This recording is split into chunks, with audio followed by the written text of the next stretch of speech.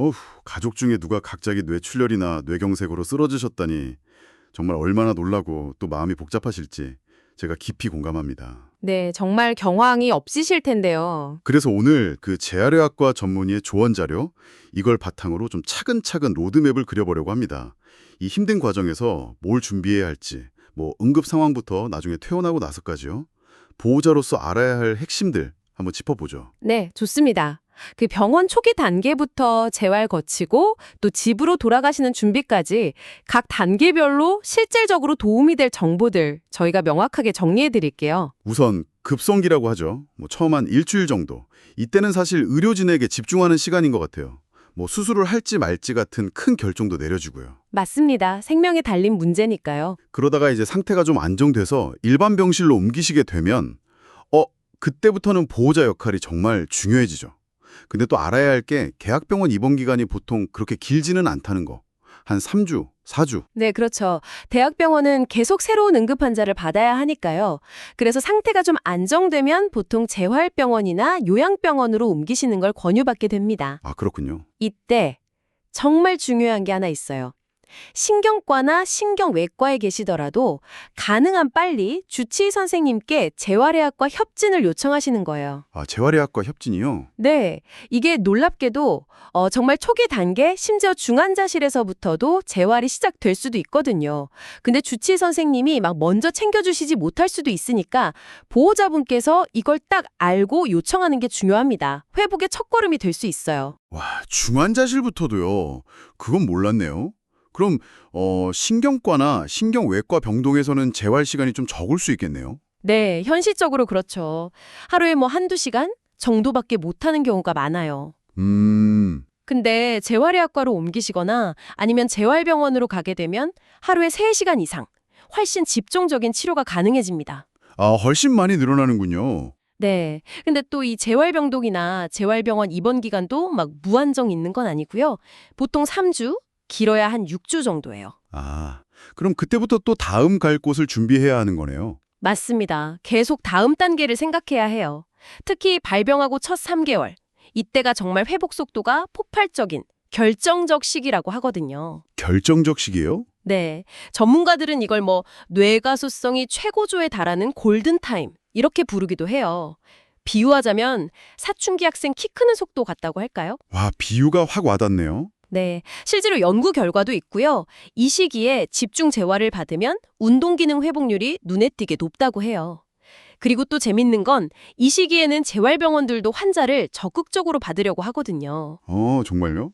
네. 그래서 평소에는 들어가기 좀 어려운 인기 있는 좋은 병원에도 의외로 입원 기회가 생길 수가 있어요.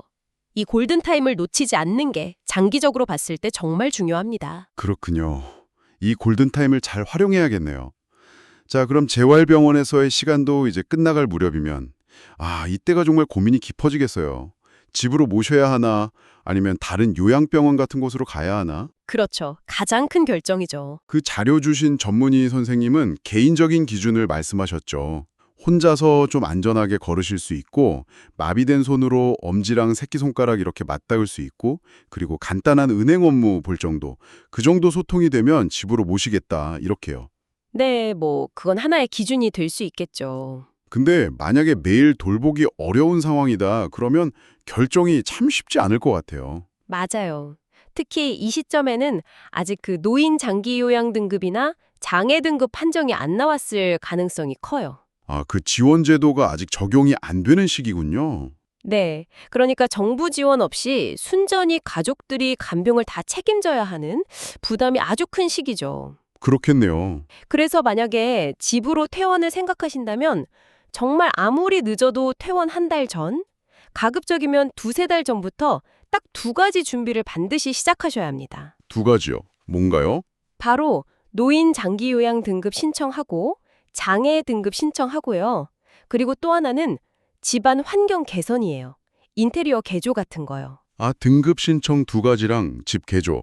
이게 왜 그렇게 중요한 건가요? 자, 노인 장기 요양 등급은 주로 요양보호사분이 오셔서 식사나 목욕 같은 일상생활 돌봄을 도와주시는 서비스고요. 장애 등급은 좀 더 넓어요. 활동 보조라든지 주차 혜택, 복지관 이용 같은 사회복지 혜택이랑 관련이 있죠. 성격이 좀 다르네요. 그럼 둘 다 신청하는 게 좋겠군요. 네, 그렇죠. 어떤 지원이 더 필요할지 모르니까 일단 둘 다 신청해서 가능성을 열어두는 게 현명합니다. 이게 또 신청하고 판정까지 보통 2주에서 한 달은 걸리거든요. 그러니까 미리 서둘러야 해요. 네, 실황 걸리니까 미리미리. 알겠습니다.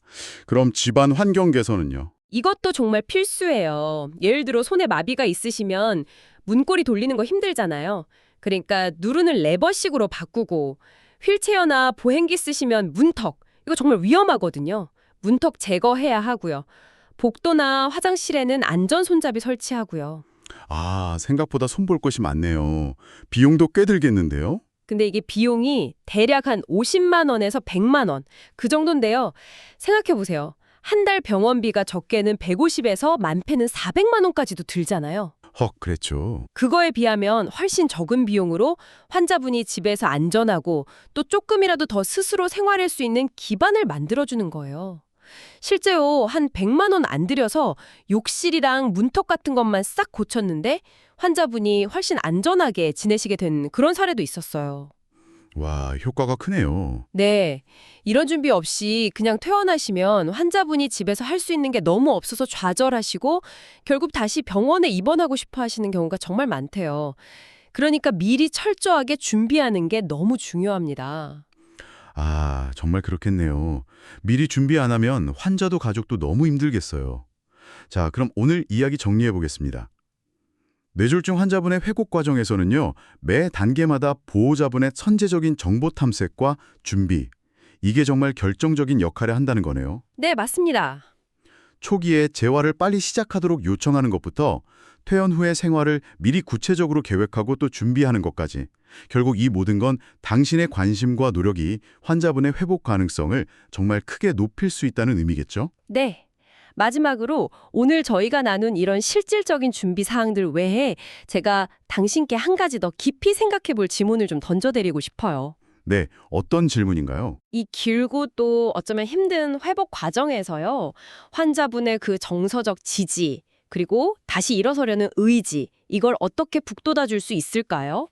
몸은 좀 불편하시더라도 내가 그래도 스스로 뭔가를 할 수 있구나 하는 그런 감각, 효능감이라고 하죠. 그걸 잃지 않도록 돕는 방법, 여기에 대해서도 한번 고민해 보시면 장기적인 회복의 또 다른 아주 중요한 열쇠가 될 거라고 생각합니다.